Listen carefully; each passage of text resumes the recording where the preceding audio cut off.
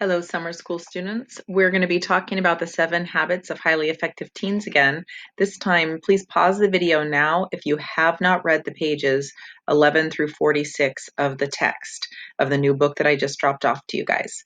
So if you have read it, we're able to go forward. We're now talking about paradigms and principles. So what is a paradigm? If you've read the pages, you've noted that it's the way you see something, your point of view, your frame of reference, or your belief. It's your perception of something. Paradigms are like glasses. When you have incomplete paradigms about yourself and life in general, it's like having the wrong prescription. It's the lens that affects how you see everything. If you believe something, you look for evidence supporting it so that your belief can be true. We have paradigms of self, paradigms of others, and paradigms of life in general. So for your paradigms of self, stop right now and consider the question. Are your paradigms of yourself helping or hindering you? Are they positive or negative paradigms? Can you think of an example of each? Type the answer here directly into the slideshow. A copy has been made for each of you of what is one negative and one positive paradigm that you think of yourself. Maybe you think of yourself as smart, hardworking, a good student, a good daughter, good at doing chores in your house, good at a certain sport, etc. What's a negative thing that you tell yourself sometimes? Something you're maybe not good at. If you're having trouble thinking of some ideas, you can click here on this link to the top 10 negative self paradigms that people or humans have, and then positive self paradigms can bring out the best in us. Click on the link here to see a Prezi created by another student on positive things, positive paradigms they see about themselves. Paradigms of others. We also have paradigms not only about ourselves, but about other people. And they can be way out of whack too. Seeing things from a different point of view can help us understand why other people act the way they do. Can you think of a negative or positive paradigm that you may have of others? Have you ever sat in class next to a student who wasn't doing their work all the time? They always acted out, they always defied the teacher. And then it turned out that you found out something really bad was going on with that student in their home. What other example can you think of a negative or a positive paradigm that you have of others? Is there something you really think of somebody else? Do you have a friend that you think, oh, they're so much better than me at math, or something like that? So come up with a positive or negative paradigm and type it right here in this slide. A paradigm shift is a situation in which the usual and accepted way of doing or thinking about something changes completely. Your viewpoint changes. Please watch this video now and the power of positive or negative paradigms. So you're going to actually go into your slideshow and click on this link, and this YouTube video will pop up. This is going to show you that when someone is being told that they're good at something, or when somebody is being told that they're bad at something, it actually affects their performance and changes how they originally performed on the same task. So go watch that video and check it out. Then we have, besides paradigm of self, paradigm of others, we have the paradigms of life in general. And so I want you to start thinking about these for you because we're going to be filling this in on the wheel in your workbook.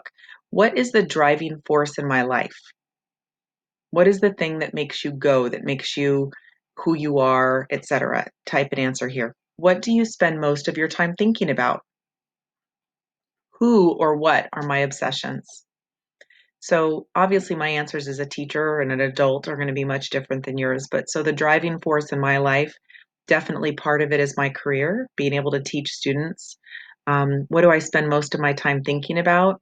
I'd say I definitely spend most of my time thinking about students, thinking about my job, thinking about money, thinking about my children.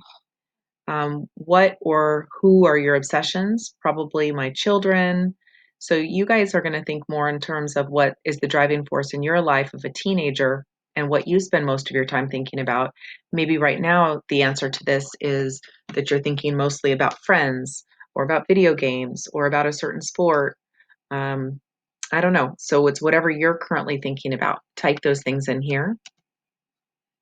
And our goal here is, instead of focusing and being centered around friends or centered around any of those things you listed on the page before, those things can be happening in your life on the outside of the wheel, but we want to be centered on principles.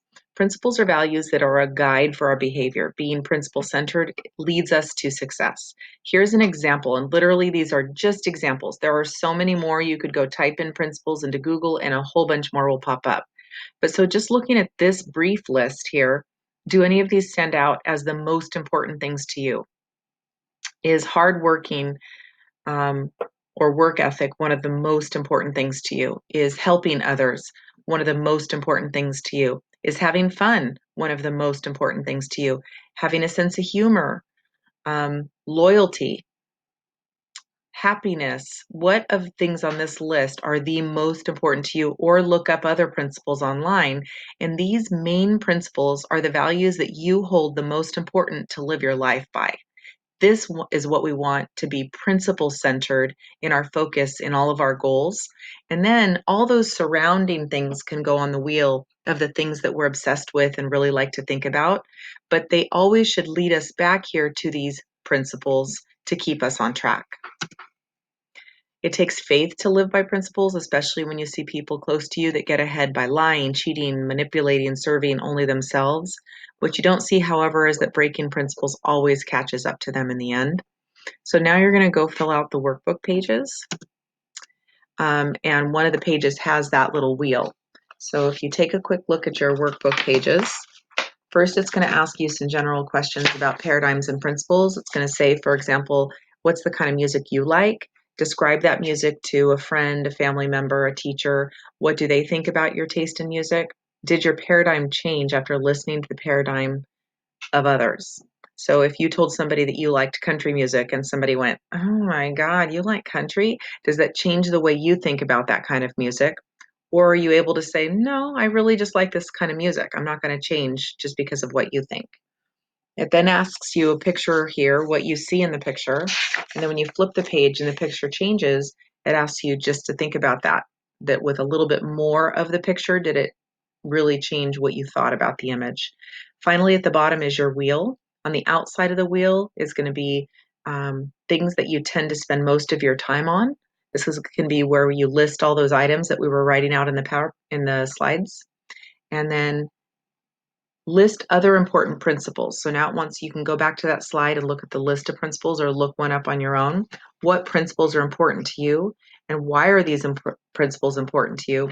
Which of the principles you listed are the most difficult for you to live by? So maybe it's important for you to have a positive outlook on life, but you find often that you have a negative outlook on life. So that's one that's important to you, but it's hard for you to live by. So you're going to pick one or two that are hard for you to stick to. Maybe you like to be hardworking, but sometimes you feel like procrastinating or being lazy. So that's a hard one to live by. Then in the center of the circle on the previous page, write in the word principles and then list a few of the principles that you find the most difficult. These are going to be the principles we work on for the rest of the summer and then hopefully from then on out together. So that's going to be in your workbook, pages 4 to 7. Attached to this bin, you're going to upload one thing, the pictures from this workbook, and you're going to still have already attached your slides that you've typed in. So there's two parts to this assignment after you've read pages 11 to 46. So make sure you typed in the slides, upload photos of your workbook pages to get full credit for this assignment. Please email me or message me with any questions, okay?